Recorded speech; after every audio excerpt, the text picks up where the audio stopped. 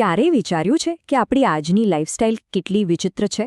એક બાજુ ટેકનોલોજીએ બધું એકદમ સરળ બનાવી દીધું છે, પણ બીજી બાજુ તંદુરસ્ત રહેવું એક મોટો પડકાર બની ગયો છે. પણ શું થાય જો આ મોટી સમસ્યાનો ઉપાય એકદમ સરળ હોય, એટલો સરળ જે હજારો વર્ષોથી આપણી સાથે છે? જી હા, આજે આપણે દોડવાના જાદુઈ ફાયદાઓ અને તેની પાછળના વિજ્ઞાનને સમજીશું.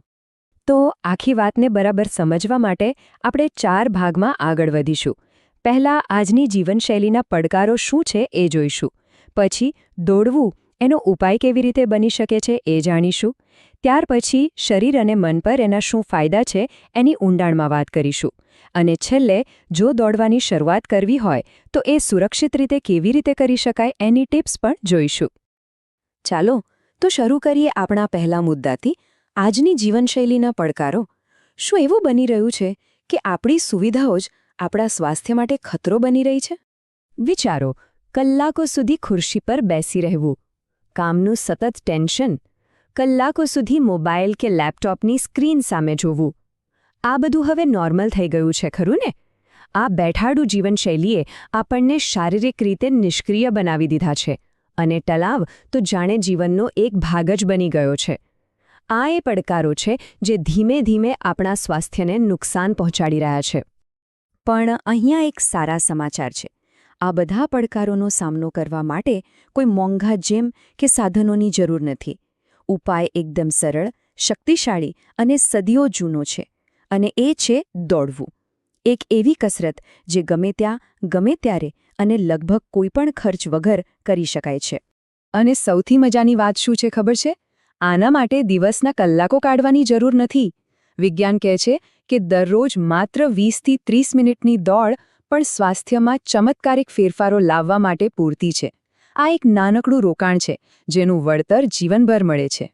તો ઠીક છે, દોડવું સરળ છે અને સમય પણ ઓછો લે છે. પણ એનાથી ખરેખર થાય છે શું? ચાલો હવે એ જોઈએ કે આ સામાન્ય દેખાતી કસરત આપણા શરીર અને મન પર કેવી જાદુઈ અસરો કરે છે.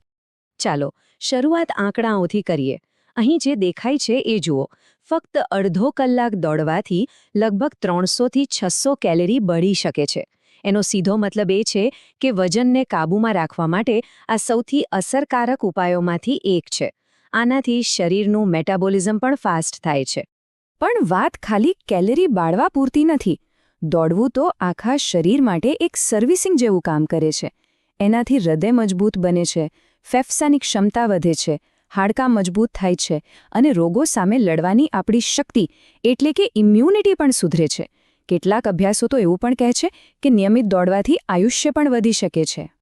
દોડ્યા પછી જે એકદમ ફ્રેશ અને ખુશીનો અનુભવ થાય છે એને રનર્સ હાઈ કહેવાય છે. અને આ કોઈ કાલ્પનિક વાત નથી. એની પાછળ પાક્કું વિજ્ઞાન છે. દોડતી વખતે આપણું મગજ એન્ડોર્ફિન નામના હેપી હોર્મોન્સ રિલીઝ કરે છે. આ હોર્મોન્સ કુદરતી રીતે દુખાવો ઘટાડે છે અને મૂડ સારો કરે છે. અને આ જ એન્ડોર્ફિનનો કમાલ છે કે દોડવાથી માનસિક સ્વાસ્થ્યને પણ જબરદસ્ત ફાયદા થાય છે. દિવસભરનો તણાવ અને ચિંતા ઘટે છે, રાત્રે ઊંઘની ક્વોલિટી સુધરે છે અને યાદશક્તિ અને ફોકસ કરવાની ક્ષમતા પણ વધે છે.